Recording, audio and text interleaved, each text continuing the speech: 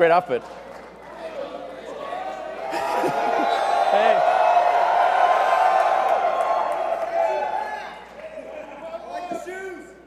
Yes.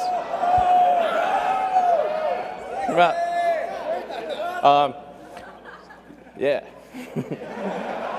Well, everyone, welcome to the Tesla Design Studio, where we've held many product unveilings before. I hope you guys will have a really great time tonight.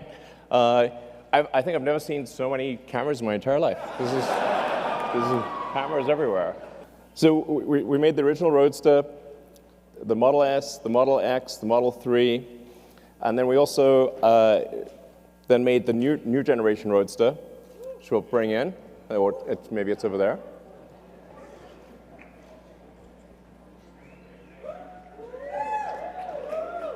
Sweet.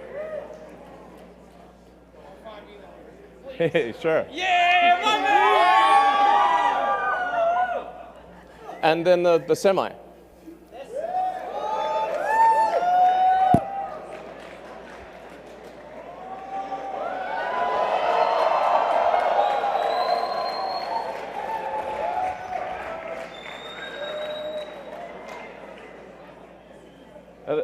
Actually, the Tesla Semi drove here nonstop all the way from the Bay Area.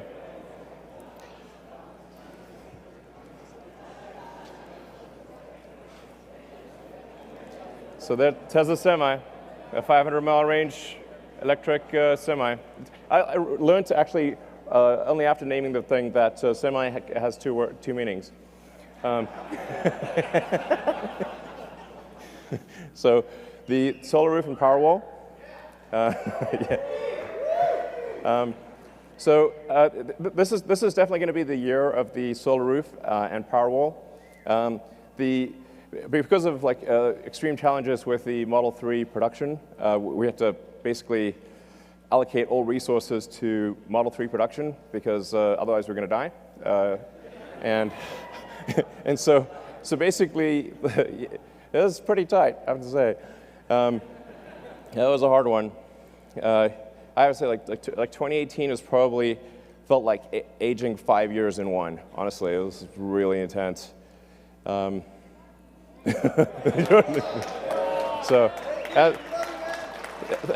thank you for supporting Tesla through this difficult period. Thank you. Yeah.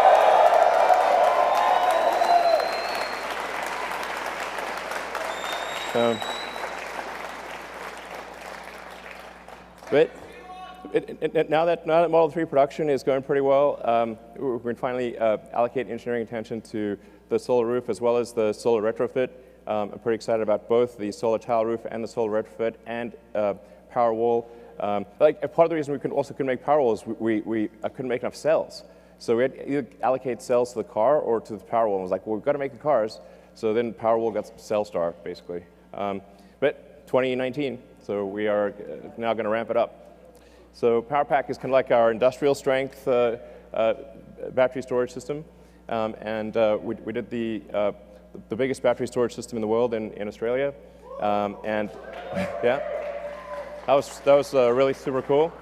And then we're doing one that's roughly a gigawatt-hour scale in California. So just in Southern California, right nearby, we're building a gigawatt-hour scale power pack. And so we expect this to ultimately be really critical for transitioning the world to sustainable energy. Obviously, you have to have sustainable energy production and sustainable energy consumption. So the sustainable energy production need the solar panels plus the battery, because the sun doesn't shine at night, and then those electric cars, electric vehicles in general. Yeah.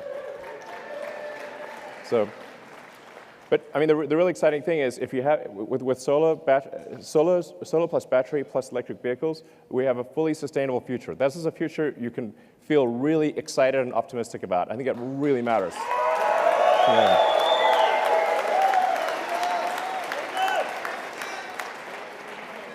In 2010, we had 0 superchargers, so there was no.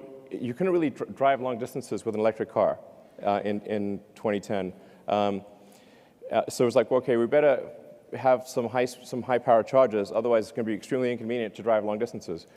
So built into the Model S, was a high voltage DC bypass directly to the pack, so you can just sort of mainline power right into the pack.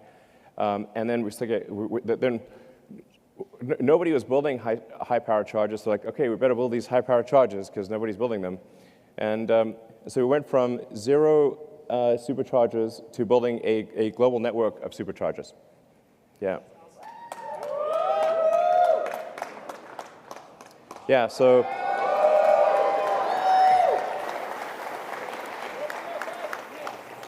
it's pretty nutty. Each one of those is a supercharging site.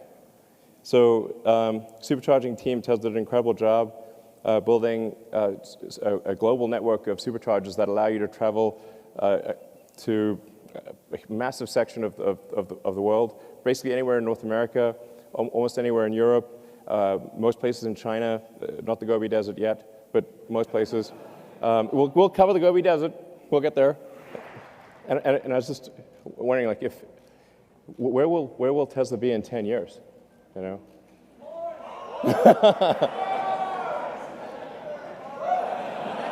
Mars.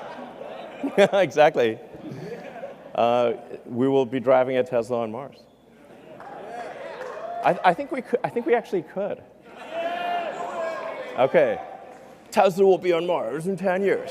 I think it will. I think it will.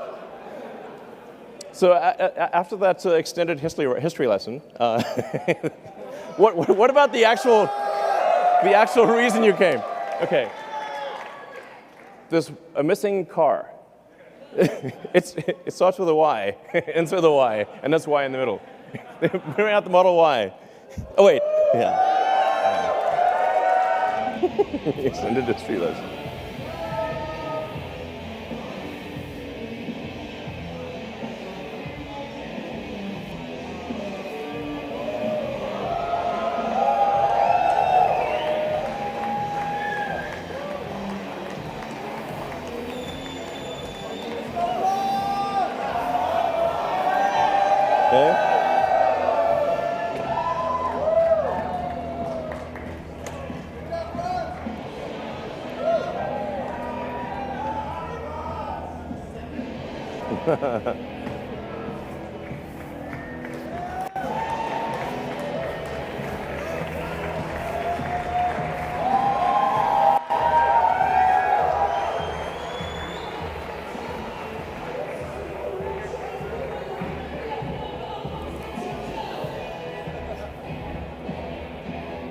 All right. The Model Y. Yeah. So, like the 3, it will be extremely safe. So that you may know the Model 3 has the lowest probability of injury of any car ever tested by the US government. The Model Y, we expect, will have a similar result.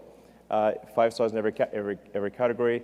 With the battery pack low in the floor, it's going to have a very low center of gravity. So this will, it has the functionality of an SUV, but it will ride like a sports car. So this thing will be really tight in corners. And we expect it will be the safest mid-sized SUV in the world by far. And at Tesla, we actually always design with safety as the #1 goal. It's like people think, okay, performance, sure, but safety first. This is actually by far the most important thing. But it's also going to have incredible performance. So we expect to have a 3.5 seconds 0 to 60. Yeah, it's good. And very low center of gravity, so great handling. It's testing out at a 0.23 drag coefficient, which is extremely good for an SUV. And in terms of range, 300 miles. Yeah. So we expect to have an EPA range of, an actual true usable range of 300 miles. So, yeah. Yeah. From an interior standpoint, it has a panoramic glass roof. And by the way, after I'm done here, you guys will be able to come up and check out the car. So it's so it's going to have a panoramic glass roof. It really feels like, just like the Model 3, if you're in the car, it just feels like you can see the sky. Seat 7, 66 cubic feet.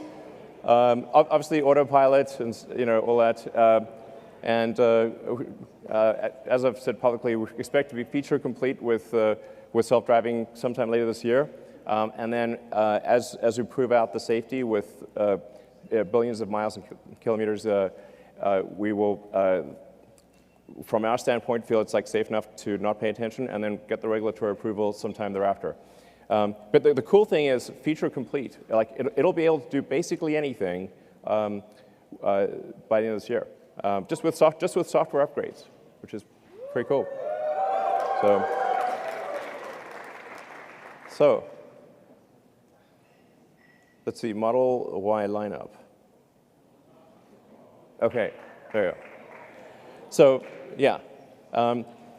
The basically long-range one we expect to be about $47,000, and then sometime in 2021 we'll have the sort of standard version, which will have a $39,000 price point. So yeah.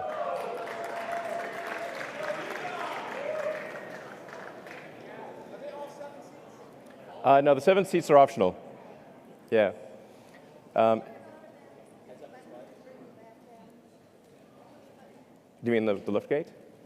Yes. Okay.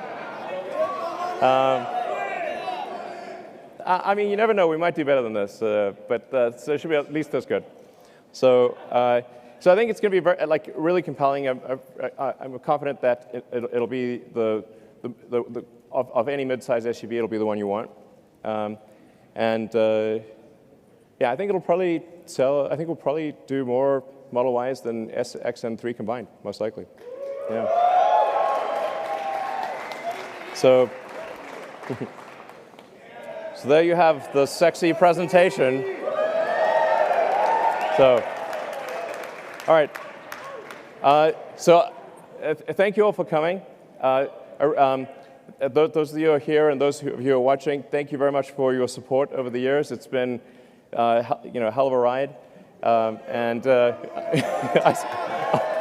love you too. I love you too.